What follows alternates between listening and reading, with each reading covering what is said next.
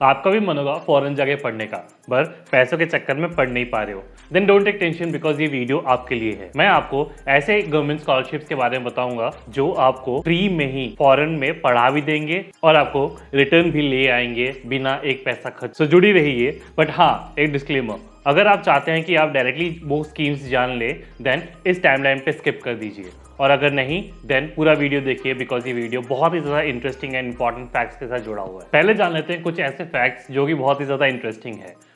आपको जान के हैरानी होगी कि कितने बच्चे 12th या ग्रेजुएशन करने के बाद फॉरेन कंट्रीज में पढ़ने के लिए जाते हैं। मिनिस्ट्री ऑफ एक्सटर्नल अफेयर्स के डाटा के अकॉर्डिंग 2022 के फर्स्ट 6 मंथ में 64,667 इंडियंस अब्रॉड पढ़ने गए, जिसमें से यूएसए टॉप पे है, उसके बाद कनाडा एंड थर्ड नंबर पे आता है यूएई। अगर पॉपुलैरिटी के हिसाब से देखा जाए देन यूएस टॉप पे है 4.65 lakh students, Canada 4.50 lakh students and UAE 1.64 lakh students.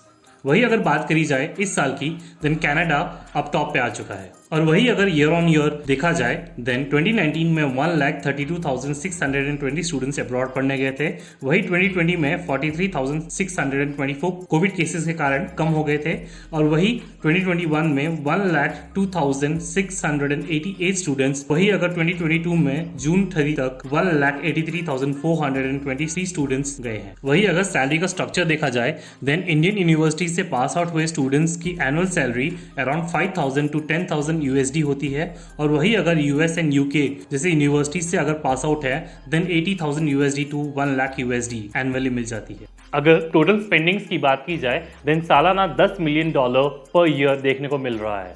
अभी करंट ईयर में $28 बिलियन का ये इंडस्ट्री हो चुका है। ये हमारे इंडिया का 1% ऑफ द GDP है। और वही बात की जाए कि 2024 या 2030 तक ये $80 बिलियन का इंडस्ट्री हो जाएगा। अब आते हैं सबसे इंपॉर्टेंट टॉपिक पे जिसका नाम है स्कॉलरशिप्स। स्कॉलरशिप्स दो टाइप की होती है, एक जो गवर्नमेंट प्रोवाइड करेगी और दूसरा जो यूनिवर्सिटीज प्रोवाइड करेगी। मैं बात करने जा रहा हूँ गवर्नमेंट स्कॉलरशिप्स जो आपको फ्री में सब कुछ अवेलेबल करवा देगा। पहले स्कॉलरशिप का नाम है फुलब्राइट नेहरू मास्टर्स फेलोशिप। ये स्कॉलरशिप एक्स्ट्रॉर्डिनरी इंडियन स्टूडेंट्स के लिए है जो कि मास्टर्स करना चाहते हैं यूएस की यूनिवर्सिटीज़ या कॉलेजेस में। अगर बात की जाए कि इसके अंदर कौन कौन से कोर्सेज इंक्लूडेड है then art, culture, heritage and conservation, museum studies, economic and environment science, journalism and mass communication. वही अगर एक्सपेंसेस कवर्ड की बात की जाए then tuition fees, living cost, travelling allowance, J1 visa support, accident and sickness coverage, ये सारी सुविधाएं मिल जाती है। और वही अगर एलिजिबिलिटी क्राइटेरिया की बात की जाए देन आपके पास 4 साल की बैचलर्स डिग्री या फिर मास्टर्स डिग्री या फिर पोस्ट ग्रेजुएट डिप्लोमा होना जरूरी है, वो भी एक इंडियन इंस्टीट्यूट से। कैंडिडेट्स के पास 55% या फिर उससे ज्यादा परसेंटेज होना जरूरी है। 3 साल का वर्क एक्सपीरियंस और एक कमिटमेंट कि आप वहां जाके वापस आएंगे, ये सारी की सारी एलिजिबिलिटी क्राइटेरिया है। सेकेंड स्कॉलरशिप है फुलब्राइट कलाम क्लाइमेट फेलोशिप। ये स्कॉलरशिप रिसर्च को प्रमोट करने के लिए है, addressing climate change related issues in India and US. अगर एरिया ऑफ साइंटिफिक स्टडीज की बात की जाए then energy studies, earth science, geology, environmental science, renewable energy, smart cities, agriculture, public policy and the list goes on. अगर eligibility की बात की जाए then this is for PhD students जो कि इंडियन इंस्टीट्यूट्स में पढ़ते हैं और रजिस्टर्ड हैं, एंड वो यूनिवर्सिटी उनका रजिस्ट्रेशन या फिर एफिलिएशन किसी भी यूएस इंस्टीट्यूट के साथ होना जरूरी। जब आप फॉर्म अप्लाई करने जाते हैं देन आपका कोई पब्लिश आर्टिकल या फिर पेपर आपको उसके साथ अटैच करना जरूरी है। इसका ड्यूरेशन पड़ेगा 1 से 2 साल। बाकी मैंने इसका डिटेल्स डिस्क्रिप्शन में दे दिया है, just go and check it out. अगला है Fulbright Nehru doctoral research fellowship. ये स्कॉलरशिप उन इंडियन स्टूडेंट्स को दी जाती है जो कि अपना PhD कर रहे हो और 6 to 9 months अपना रिसर्च यूएस इंस्टीट्यूशन में करना चाहते हो। अगर इसके एक्सपेंसेस कवरेज की बात की जाए then J1 visa support, monthly stipend, accident and sickness coverage, air traveller allowance and modest settling in allowances दी जाती है। इसका ड्यूरेशन 1 to 2 years है, और बाकी का जो भी डिटेल्स है मैंने डिस्क्रिप्शन में दे दिया है। अगला है नेशनल ओवरसीज स्कॉलरशिप स्कीम।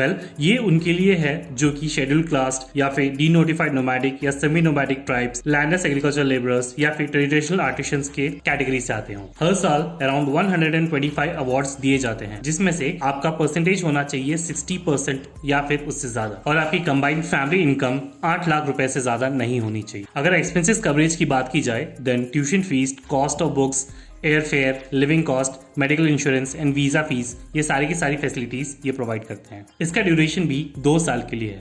ये उन्हीं स्टूडेंट्स को मिलता है जो कि मास्टर्स या फिर पीएचडी करते हैं इंजीनियरिंग या मैनेजमेंट में, प्योर साइंसेस या अप्लाइड साइंसेस में, एग्रीकल्चर साइंसेस में या मेडिसिन में, या फिर इंटरनेशनल कॉमर्स, अकाउंटिंग या financial humanities and social science के अंदर। आई नो फॉरेन में पढ़ना बहुत ही ज़्यादा एक्साइटिंग है, बट मैं आपको एक बात बता दूं कि प्लीज़ प्लीज़ प्लीज़ अगर आप फॉरेन में पढ़ने जा रहे हैं then come back to India, because हमें आपकी ज़रूरत है। आप जो भी वहाँ सीखते हैं come and apply out here. I know कि सैलरी बहुत कम होगी या फिर बहुत ही ज़्यादा लिमिटेड हो सकती है, बट ये आपका देश और ये आपसे ही बना हुआ है। So come to India, make in India.